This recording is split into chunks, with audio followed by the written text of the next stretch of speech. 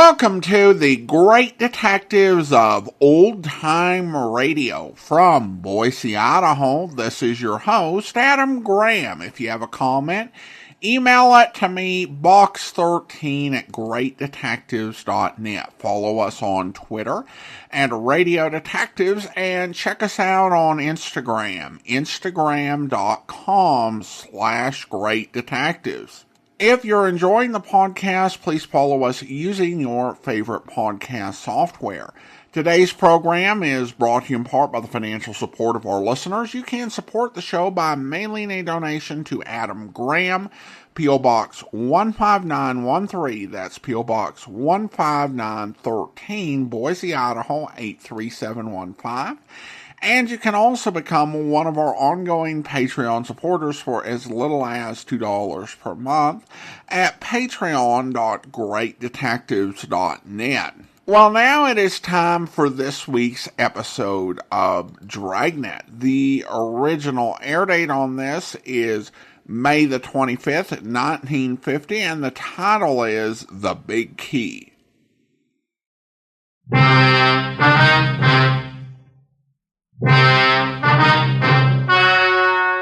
The story you're about to hear is true. Only the names have been changed to protect the innocent.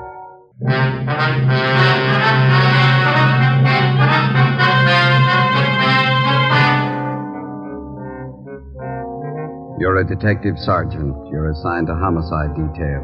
A woman has been murdered, her identity unknown. The body shows the marks of a savage attack. Your job, find the killer.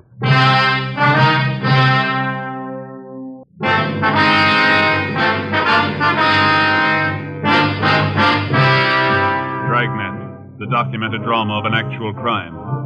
For the next 30 minutes, in cooperation with the Los Angeles Police Department, you will travel step by step on the side of the law through an actual case transcribed from official police files. From beginning to end, from crime to punishment, Dragnet is the story of your police force in action. It was Sunday, December 25th. It was raining in Los Angeles. We were working the day watch out of homicide detail. My partner's Ben Romero. The boss is Blaine Steed, captain of homicide. My name's Friday. It was 39 minutes past 5 a.m. when I got to San Andreas Cathedral on 1st Street. Churchyard.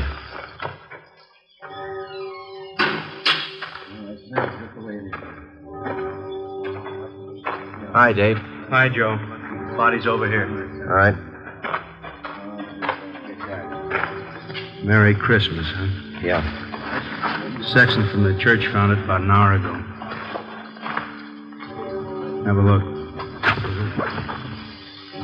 Pretty brutal. Yeah. Okay. Who is she? No identification. The coroner checked the body yet? Yep. How long she been dead? When it started raining. About midnight, didn't it? Yeah. The ground's dry under the body. Oh, been dead 5 or 6 hours, I'd say. Ben get here yet? Yeah, he's helping Claudio check the area. This park here, is this all a part of the church grounds? I think so. I was stuck out of this rain for a minute. There's an alcove over there by the church. Yeah, look. How much we got to go on, Dave? Not much. Motive looks like robbery. Yeah. Found a woman's purse near the body. Pretty well picked over. Purse is wet.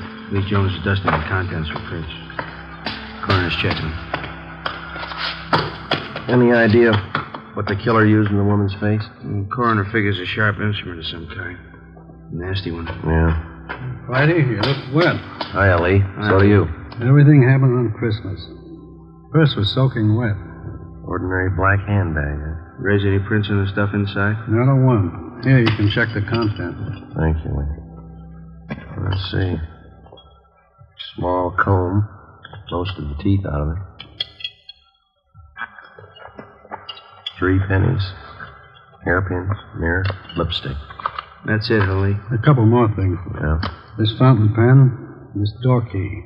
Armstrong found them in the grass a few feet from the body. Can I have a look at those? Yeah, it's an ordinary ballpoint fountain pen. Buy them in any drugstore for 69 cents. No sign of rust on the key. Must have been dropped recently. Maybe this will explain what happened to her face. Broken beer bottle. Where'd you find that? Laughlin found it back in the bushes over there. These jagged edges here smeared with blood. Too much rain. Can't do anything about prints till it dries. Can you get enough from these smears to run a precipitant? Think so. Lee, got a minute? Yeah, Ben, what is it? Oh, hi, Joe.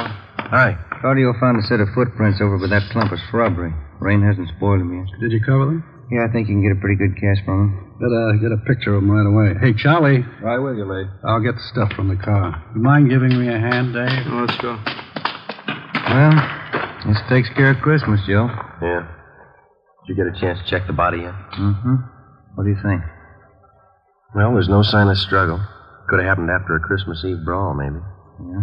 Whoever the victim is, she was probably acquainted with the killer. The two of them came in the park, and the victim got it before she knew what was happening. Might work easier if we find out who the victim is. We can check her prints through R&I when we get back to the office. What'd those footprints look like? Seemed like a heavy print, maybe work shoes of some kind. Want to see how Lee's making out? Yeah, let's go.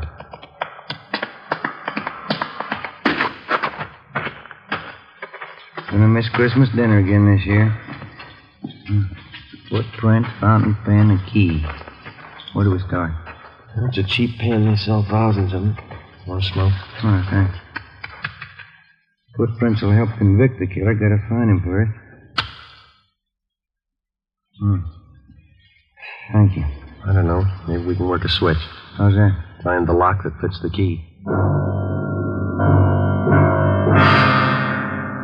a.m., Christmas Day. Sergeants Dave Arroyo, Robert Claudio, Ben, and I went back to the office and took stock of what we had to work with. It wasn't much. The woman had been murdered. Who was she? Why was she killed? Who was the killer? Dave and Claudio had the dead woman's fingerprints taken, and they were run through the record bureau. Ben and I checked with Lee Jones at the crime lab. The results of the precipitant test showed that the type of blood found on the broken beer bottle matched that of the victim. From the casts of the foot impressions found at the scene of the killing, Lee estimated that they were made by a person approximately 5 feet 9 inches tall, weighing about 160 pounds. He figured the footgear must have been of a heavy type, either a boot or a dress shoe with thick double soles, size 11. 9:40 a.m. We checked in at the basement of the Hall of Justice, the county morgue.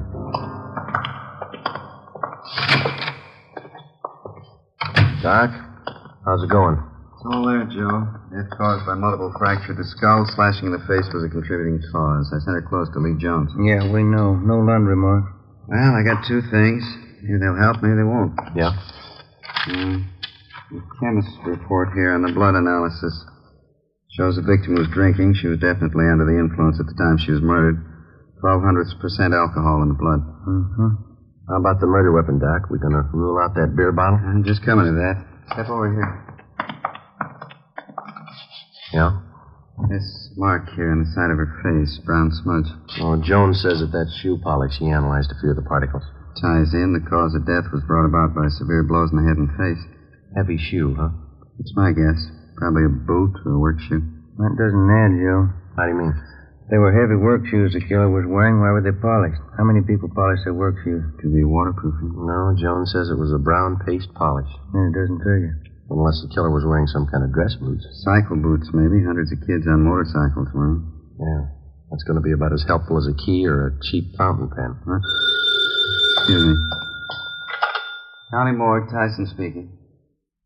Yeah, all right, Frank. I'll tell him. Cunningham at R&I wants to see you right away. What's up? They made the victim's prints. During the war years, a complete file of pictures and fingerprints had been kept on all persons employed at local defense plants.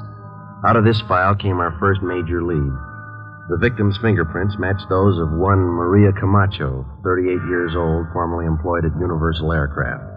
Her address in 1945 was listed as 9230 Sheridan Avenue. Ben and I went over to the crime lab, picked up the key and the fountain pen found near the body, and drove to the Sheridan Avenue address. The house was 3 blocks from the churchyard where the body was found. A young woman with a baby in her arms answered the door. She identified herself as Elena Gomez. She told us Maria Camacho was her aunt. They were expecting her for Christmas dinner late that afternoon. We told her what happened. When she recovered from the shock, we questioned her and her husband, a furniture worker. So hard for me to believe. Why anyone would do this to me? When's the last time you saw her, Mr. Gomez? Well, she was around last night, Sergeant. She brought the presents for the kids. Always brought them presents on Christmas. Did she live here? Was this her permanent address? No. She stayed with us during the war when Ray was overseas. When he came back, she took a room down the street. I can give you the address. All right. What time did Maria leave the house last night? Well, let's see. Must have been around 10 o'clock. Not much later. Don't you think, Elena? About 10 o'clock? Yeah, that's right.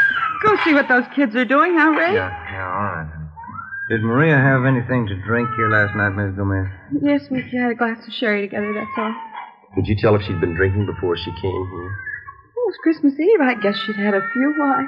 Was she a pretty heavy drinker? Not usually, no. Maybe on the holidays, though. Maria liked to get out and have fun, living alone, all that. Poor Maria. Oh, did she drink at home, or was there some particular place she liked to go? The cantina down on Soda Street. She used to go there. Any others? A couple of bars on Brooklyn Avenue. I don't know the names. What'd Maria do for a living, Miss Gomez? She took in some dressmaking. Worked for herself. She wasn't poor, wasn't rich. Her landlady could tell you about her friends. Kids are hungry, Lana. Dinner's getting cold. Sorry that we had to break in on you like this. Well, it's all right, Sergeant. Just the kids. Ask the officers if they want some mince pie, Ray. Cup of coffee. No. That's all right, Miss Gomez, thank you. Just one more thing. Would you look at these, please? This pen. Sure, that's Maria's. Look, Ray, Maria's pen. Mm-hmm. Now, how about this key? No, I never saw that before. Neither did I. Well, thanks very much, both of you. Sorry to hold up your dinner. Oh, that's all right. I'm hungry. Hey, maybe I could fix you a turkey sandwich. No, thank you, Jeff. No. The same we have to be going. We'll contact you later on. Here's our card. All right. I can't think of a reason, Sergeant. Why someone would kill her. Why would they kill Maria? Maria. Come on. Nice kid. Seems to be having a good Christmas. Too bad we had to spoil it. We drove down the street to the rooming house where Maria Camacho stayed. We talked to the landlady and the rest of the tenants, but failed to come up with a lead. They told us Maria Camacho drank a little, but she was always pleasant, easy to get along with. We checked her room. We went through stacks of Spanish-language newspapers and magazines. We went through her bills, photographs, her letters. We found nothing. There wasn't an item in the small apartment that could help us.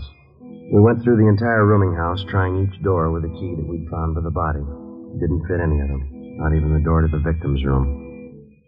5 p.m., there was a lull in the rain. We picked up Dave and Claudio and started to explore the only lead we had. The victim had been drinking a few hours before she'd been murdered, probably at a neighborhood tavern.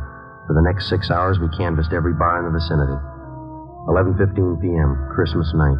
The four of us met in a combination bar-restaurant at Brooklyn and Soto for a bite to eat. You had as much luck as we did, huh? Nothing, Dave. Everybody we talked to knew the woman. Nobody saw her Christmas Eve. We picked up the names of a dozen friends of hers from the bartenders. Checked them out. They couldn't tell us anything.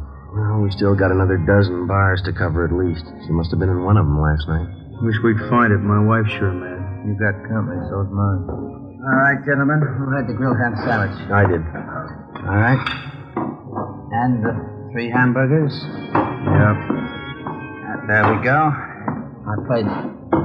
You got some ketchup, please? Sure.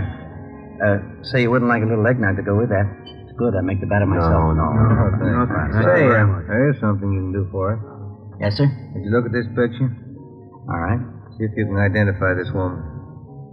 Sure looks like Maria. Yeah, that's her. You know her? Was she in here last night, do you know?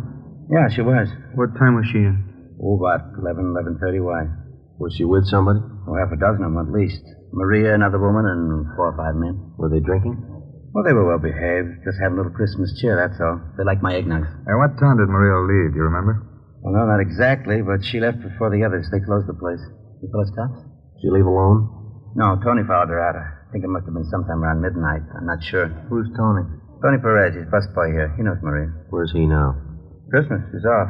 Lives in a hotel down the street someplace. I don't know. Time fits. Maybe the key does. Dave and Claudio started to check the neighborhood to locate the hotel where Tony Perez stayed. Ben and I continued our canvass of bars and restaurants in the area. 1 a.m., the rain started in again. We checked in at a bar on Brooklyn Avenue near Cornwall, the Cantina Sinaloa. Yes, sir, gentlemen. Police officers, would you look at this picture, please, see if you can identify it? Wait till I dry my hands. I'm just getting some of these glasses out of the way. Let's see. You ever see her before? Oh, yeah, that's Maria. Too bad. I read in the papers about it. Can you tell us if she was in here last night? No, I didn't see her. I read in the papers about it, though. Terrible. Poor Maria. Is it possible she might have been in, you didn't see her? No, I always know when Maria's here. She was always full of fun. She liked to sing. I better get these glasses finished. Ben, you want to call the office? Yeah, okay. How about a drink, Sergeant? You don't look so good. You got any coffee? Not very fresh. It's been standing there a couple of hours. Well, that's all right. Okay. Here.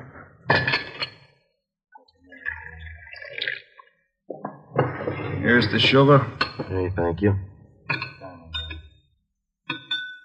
Yeah, that's not very warm, huh? Oh, that's okay. What do you think, officer? The guy was crazy? I don't know. Ah, he must have been crazy. Lots of nice rain. That's good for the farmers. Yeah. Sure. You ever see this key before? Let's see. I don't know. Joe. Yeah. Dave and Claudio found the hotel that picked up Tony Perez. Took him in. What did he tell him? Dave says they're talking to him now. He won't say much. They find anything on him? He's wearing a pair of dark brown boots. Yeah. Well polished.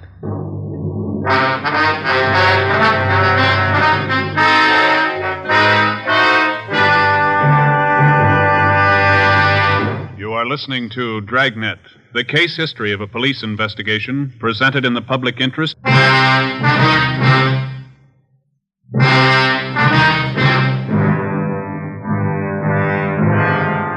Monday, December 26th, 9 a.m. We checked Tony Perez through R&I. He had a record of 7 arrests, but no convictions. During the past year, he'd been booked on suspicion of 211 PC, assault with intent to do great bodily harm, and second-degree burglary. In each instance, he'd been released for lack of evidence. All of his shoes and clothing were brought to the crime lab for examination. 9:25 a.m. We brought Perez back to the interrogation room. He admitted that he had been with Maria Camacho Christmas Eve, but he denied having anything to do with her killing. He told us that after he had left Maria, he'd gone to a party at some friend's house. Dave and Claudio went out to check his story. I gave them the key found near the body and asked them to try it on the door to Perez's hotel room. Ben and I continued to question the suspect. How well did you know Maria Camacho, Tony? I told you already. She was just some old crow who used to hang around the bars, that's all. I used to talk to her once in a while.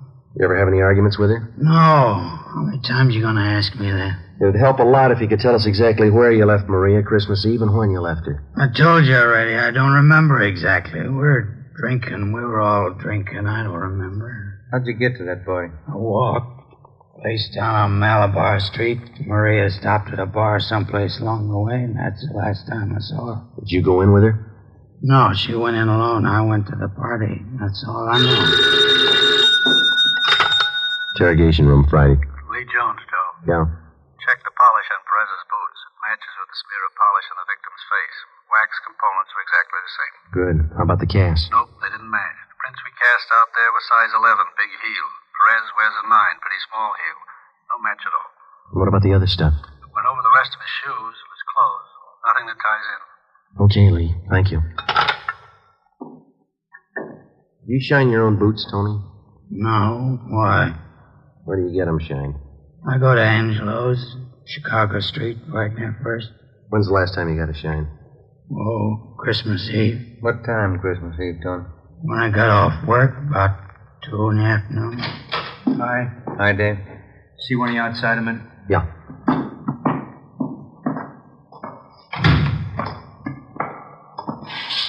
Perez telling the truth about the party. He was there. We timed out how long it'd take him to walk from the restaurant to the party. Yeah? Pretty close. His friends say he got to the party about 12:30. Doesn't look like he had time to kill that woman. Well, where does that leave us? Still got those boots? No, no more. They don't match the impressions at the murder scene. Well, that makes us even. Here's your key back. Didn't fit. Tony Perez was held for further investigation. Dave and Claudio took up the canvassing of bars in the same area where we had left off the night before. Ben and I drove down to Angelo's shine stand. It stood just outside a barber shop. 4 chairs with an awning full of cigarette holes over them. He identified Maria Camacho's picture immediately. We questioned him while he polished her shoes. Maria, I used to tell her, Sergeant, running around like that, she had too many friends. Too many. Did you see Maria on Christmas Eve, Angelo? Christmas Eve? Let me see. No, last time was a few days before Christmas. Angelo, do you know a man by the name of Tony Perez? Tony? Sure. Tony Perez, tall fella, big shoulders. Is he one of your customers? Yeah, all the time he comes to see me. Was he here on Christmas Eve, Angelo? Yeah, he was here. I gave him a shine. Good customer. Remember what kind of shoes he had on? Sure. Boots. He always wears boots. What color were they, do you know? Brown. Always wears brown boots. Well, what's the matter? Tony in trouble? What kind of polish do you use on his boots, Angelo? Well, I got the can down here. Yeah, this one here. High-grade polish. You got boots, I can fix them up. Do you use the same polish on all the boots you shine, Angelo? No, only the brown boots. That's brown polish. You fellas ask too many questions. You make me go too slow. Well, there's no rush, Angelo. Can you tell me this? Yeah? Besides Tony Perez, was there anybody else with brown boots who got a shine from you Christmas Eve? Well, I don't know. Lots of people get shines.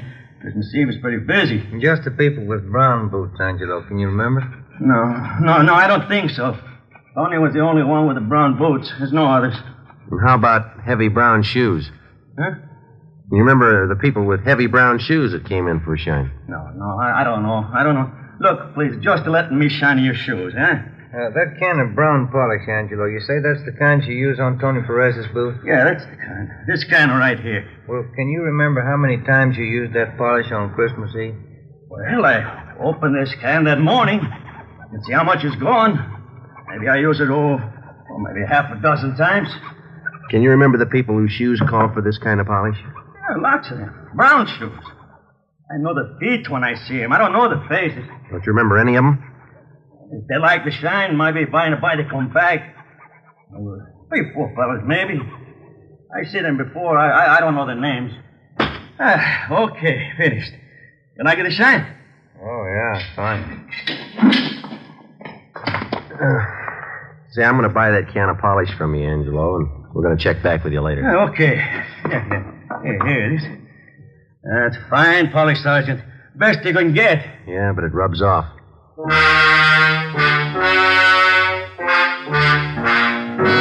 December 26th, 5 p.m. We drove back to the crime lab and had Lee Jones analyze the can of shoe polish.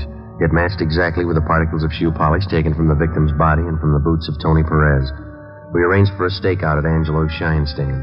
In case the people with heavy brown shoes returned, Angelo could point them out immediately to the men on duty. 5:30 p.m. Dave and Claudio called in. They thought they had another nibble, this time from the bartender at the El Cedello Tavern, a bar on Soto Street. We drove down to South Main and Harlem Place for a meet.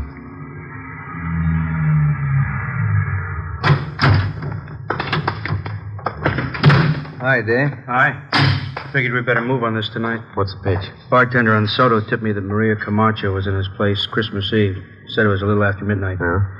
Said she had a drink, left the place about 10 minutes past 12 with a guy called Frank Tolano. Nosed around, found Miss Tolano works at the Midnight Mission. Over there. All right, let's go.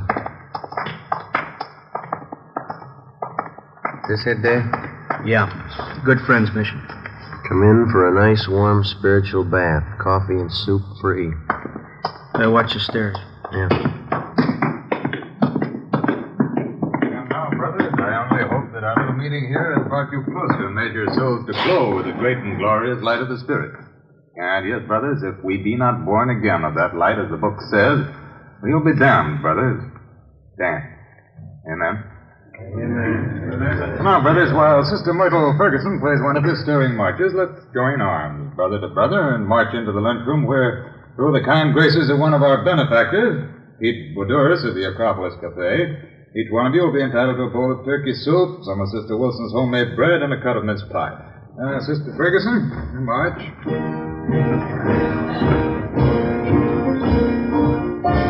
Guess that's the man to see. Yeah, let's go. Sure pack 'em in, don't they? That soup smells real good. Excuse me, sir? Yes, brother? What is it? Police officers. Do you have a Frank Tolano working here? Well, what's the trouble? Does he work here? Well, yes, he's a very good man, Frank. Anything wrong? Is he here now? No, he isn't. Where can we find him? Well, I'd like to know what the trouble is. We'd like to talk to him, mister, that's all. Well, he has a room at the Good Friends Mission Annex. That's over on San Pedro Street. Is that his permanent residence, the Mission Annex? Yes, Frank's very helpful. He works for a small salary, and we give him room and board. Is he over at the annex now? Yes, but maybe you'd better not see him now, officer. Why not? Well, Frank's not at his best. He's been drinking again. That's a sure sign. How do you mean? Well, whenever Frank starts drinking, that means that he's worrying. He's one of those. He drinks to forget. Yeah? He's been drinking for 3 days. He must have a lot to forget. Come on. 6:30 p.m. We drove over to the Good Friends Mission Annex on San Pedro Street. The man in charge told us that Tolano had a small room to himself at the rear of the second floor. Dave and Claudio went around to cover the Mission Annex from the back. Ben and I went up a narrow flight of wooden stairs. Plain white plaster walls were chipped and cracked and scrawled with pencil markings. We walked down to the end of a wide hallway to a brown paneled door with a transom above it. There was a man in soiled work clothes sitting on the bed. On the table next to him, there were 3-quart wine bottles. 2 of them were empty. Get out of here. You Frank Delano? What about it? Police officers like to talk to you. Get out of here. You're not taking me. I'll cut you to pieces. Drop the bottle, Tolano. Get out of here. Drop the bottle. I'll cut you to pieces. Like you cut Maria. I'll kill you. Put it down, Tolano. Drop it. Get the cuffs on him. Yeah. Let's go. Just a minute.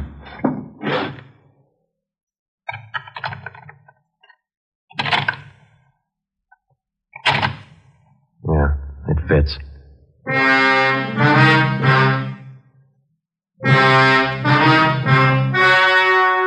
The story you have just heard was true. Only the names were changed to protect the innocent.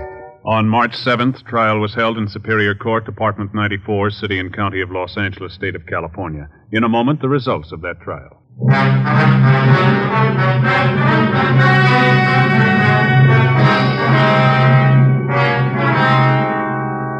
Frank Dominic Tolano was tried and convicted of first-degree murder and sentenced to life imprisonment. He is now serving his term in the state penitentiary.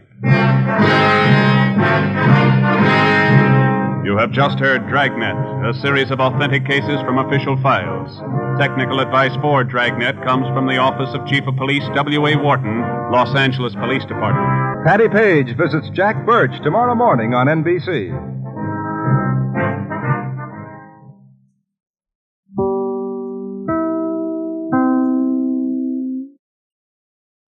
Welcome back. The key was the clinching piece of evidence, but it couldn't get the police there.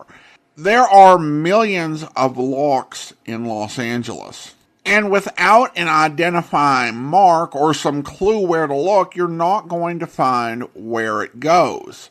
So it's an interesting contrast between the evidence that led the police to the killer and the evidence that was almost certainly more prominent and important at trial. This is also one of those holiday episodes of Dragnet that's set at a holiday but really isn't aired at that time of year and has little to do with it other than background. I don't know whether the actual cases occurred around the holiday, which would have made them more memorable to the investigating officers, or if Webb chose to set them at that time for dramatic effect. Now, one thing I have commented on in the past with Dragnet is kind of the incongruity of the dialogue of these Protestant ministers and workers, which sounds nothing like how anyone in those particular movements or positions talk. It's such an odd thing for Dragnet, given its dedication to being accurate. One thing I thought is I wonder if it might be intentional, like to avoid any potential problems or conflicts or potential offense, to be so generic as to create dialogue that couldn't actually belong to any specific group at all. Even with the Big Little Jesus, which I think is the one big clear portrayal of Catholicism in Dragnet, that was written by Richard Breen and written very intentionally and different from the rest of the series. So I wondered if something intentional was going on in that regard. Well, now we turn to listener comments and feedback, and we start on Spotify. And we've got a couple of comments from Harrison. And Harrison writes, regarding the big knife, we can ask Lee Jones. In fact, he's right in your principal's office. Too bad Herb Butterfield never starred in his own series where he just plays every male character. Well, Herb Butterfield is definitely an interesting performer. And of course, they essentially don't tend to have Lee Jones on stage in episodes where Herb Butterfield's playing another prominent character. That tends to be how they work it. Now, it's funny you should mention those sort of shows because they did actually exist during the golden age of radio. The first one was by Frank Graham, and it was a series called Nightcap Yarns, where he played all the characters, narrated, and it was a Monday through Friday series. So he was doing like an hour of this every single week. And then later on, Paul Frees did a version of it. I don't know the frequency. It was a syndicated series, so it may have been less frequent. It was called Studio X and also The Player. And they were able to bring all of these characters to life, change voices, and go up and down quite a bit. I honestly don't know if Herb Butterfield would have the range for it. He was able to do some unique voices. For example, if you wanted to have Sidney Greenstreet in something and you didn't want to pay Sidney Greenstreet, Herb Butterfield was your man. But I don't know if he had quite the same flexibility as Graham and Freeze. Generally, when he doubled or tripled, there would be slight differences, but he would also be in a situation where there would have been some time in the episode passed since the last time he appeared. With Freeze and Graham, they had so many voices that was hardly necessary. Harrison also commented regarding the big badge, Joe finally gets a meal in. Indeed, Harrison, never has an audience experienced such joy at a character being served leftovers by his mother than occurred in the big badge. That right there was a highlight.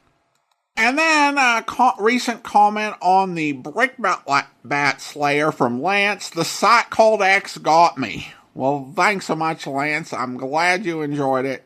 Probably the best reason I can think of for us to hang around there at this point.